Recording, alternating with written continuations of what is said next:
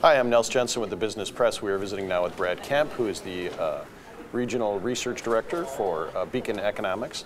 We're here at the Riverside San Bernardino Economic Forecasting Conference. And Brad, you do obviously other research for Beacon on a regional basis. What's been unique about the Inland Empire, this tremendous growth we've seen over the past 20 years, largely logistics and manufacturing base, Sure. But obviously the cheap dirt and the housing just drew so many people in here. And a lot of people have talked about how housing is always going to be a key component of our economy. Where does housing fit in now in terms of the immediate future and the short-term future? Well, unfortunately, there's a lot of uncertainty. We know there's a shadow inventory that has to, a shadow inventory of distressed properties out there that have to be addressed before we really can get to the other side of this downturn and clearly get on the road to recovery. But what's happening right now is a shift between industries that are growing and declining. And it's a battle between those that are gaining and those that are losing, and each month it's a matter of what's the net result. Or at least, we're already at a point where we're going to see growth in the near, next few months. But the question mark is how fast that's growth is going to be, and it's going to be very slow. And there are two primary reasons: that uncertainty in the housing market. I think people don't know what's going to happen, and I think the second off is efficiency in employers, which is a result of the downturn. Employers have been forced to do more with less, and that's going to stick around for some time. Sure, and I think what we're seeing also is many employers are just really recovering, and it's like, okay, we're back in the black, we're doing okay, but we're not going to expand, we're not going to hire. Mm-hmm. And if anything else, we're going to figure out how do we take care of the employees we have who may have taken pay cuts and obviously cut back been through hours, and been through very stressful periods. Absolutely. So this efficiency.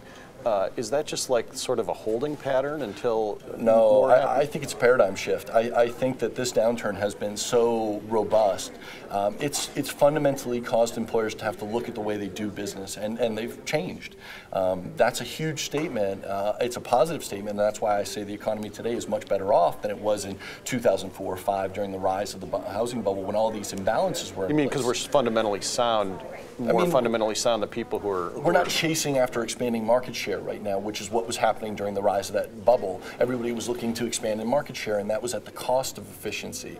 But what's been forced is now, suddenly your market share has been cut back, so you've been forced to think, how do I operate and make a profit with very thin margins? And so what do is I look to cut my costs. And unfortunately, that's come in the form of labor, and that is not going away. Right, and that's not good for the 15% of our market who are out there looking for jobs. Which we know that's an undercount on. Obviously, sure, there's probably right. the 20% of the population that's not working right now. Self-employed, consultants, people underemployed, right. And that's something we're going to talk about today is that we're seeing a really huge growth in the small business in the Inland Empire, which to me is an indication of the large unemployed population looking for a way to get back into the labor market in non-traditional ways, and that's through self-employment. Right.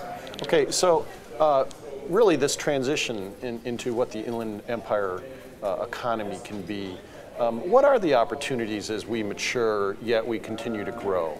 Well, I think first off, we seem to be focusing on creating opportunity for our residents to move over into other areas to get jobs. What I think we have to recognize is that right now, about 40% of the residents in the 2 counties that have work go outside the area. So you're talking about infrastructure and I think we've got to bring freeway the kind of expansion, right? But that's what takes jobs out. Exactly. Right.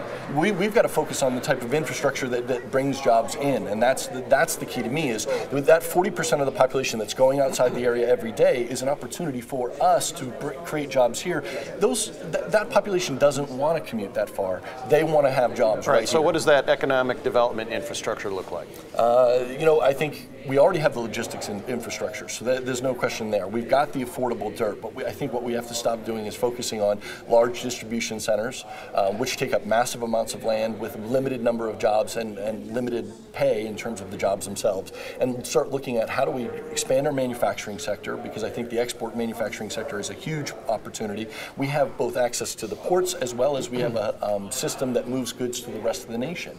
So if we can take advantage of that, look for businesses that are looking for that opportunity to move goods across the U.S., I think we're going to be very successful. Now, we tell lots of success stories here at the Business Press, and many of them are manufacturers, and they're seeing increased opportunities sometimes by partnering and creating closer supply chains for more efficiencies.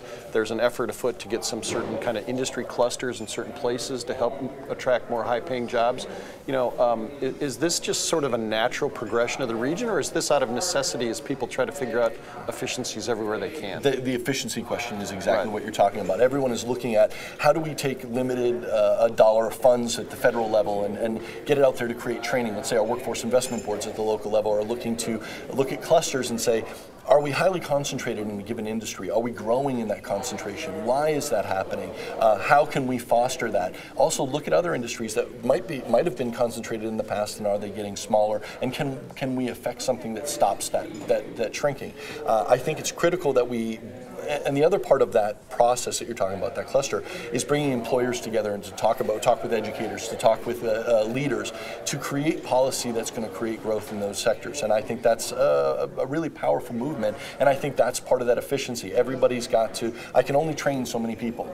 So what I train them in is important, and how many people I train so that I make the appropriate response to that demand is really critical. And I think we're doing a good job right now. All right, very good. We'll be hearing more today from Brad Kemp. I'm Nils Jensen with the Business Press.